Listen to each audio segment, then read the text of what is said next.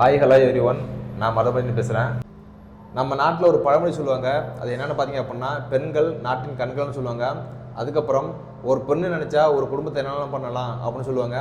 So இதெல்லாம் எதற்காக சொல்கிறாங்க பார்த்தீங்க அப்படின்னா, பெண்கள் அந்தளவுக்கு ஒரு குடும்பத்துக்கு ஒரு முக்கியமான அங்கமாக இருக்காங்க. பெண்கள் எப்போதுமே தனித்து செயல்படுறதுக்கு ஆசைப்படுவாங்க. ஸோ அப்படி இருக்கிறப்ப அவங்களுக்கு ஒரு தடையாக என்ன இருக்குன்னு பார்த்தீங்க அப்படின்னா, பணம் தாங்க. மேக்ஸிமம் இந்தியா பொறுத்தவரையில் பெண்களுக்கு குறைவான சேலரி தான் கொடுப்பாங்க. அதுக்கு நீங்கள் என்ன பண்ணலாம் பார்த்தீங்க அப்படின்னா, வெளிநாட்டுக்கு ட்ரை பண்ணலாம். வெளிநாட்டில் மேக்ஸிமம் பெண்களுக்கு படிப்புக்கு ஏற்ற மாதிரி சம்பளம் அதிகமாக கொடுக்குறாங்க. நிறைய பெண்களுக்கு ஆசை இருக்கும், நம்ம தனியாக சம்பாதிக்கணும், அதுக்கப்புறம் நம்ம சொந்த காலில் நிற்கணும், அதுக்கப்புறம் நம்மளுடைய குடும்பத்தை நம்மளோட சம்பளத்திலேருந்து வழி நடத்தணும்னு சொல்லிட்டு நிறைய பேருக்கு ஆசை இருக்கும்.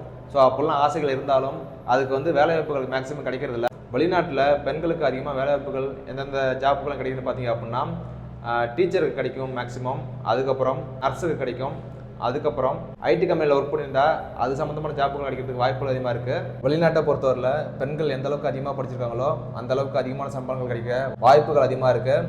அதனால் நீங்கள் படித்ததுக்கு சம்மந்தமான ஜாப்புக்கு ட்ரை பண்ணிங்க அப்படின்னா கண்டிப்பாக உங்களுக்கு வேலை கிடைக்கும்.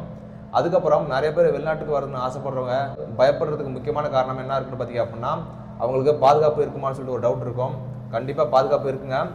மேக்ஸிமம் அதிகப்படியான பெண்கள் நர்ஸ் ஜாப்புக்கு ட்ரை பண்ணுவீங்க.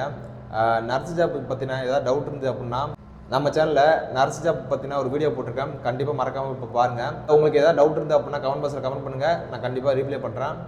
வீடியோ உங்களுக்கு மேக்ஸிமம் பிடிச்சிருக்குன்னு நினைக்கிறேன். இந்த வீடியோ பிடிச்சது அப்படின்னா நம்ம பேஜை ஃபாலோ பண்ணிக்கங்க. அடுத்த வீடியோ பார்க்கலாம். பாய்.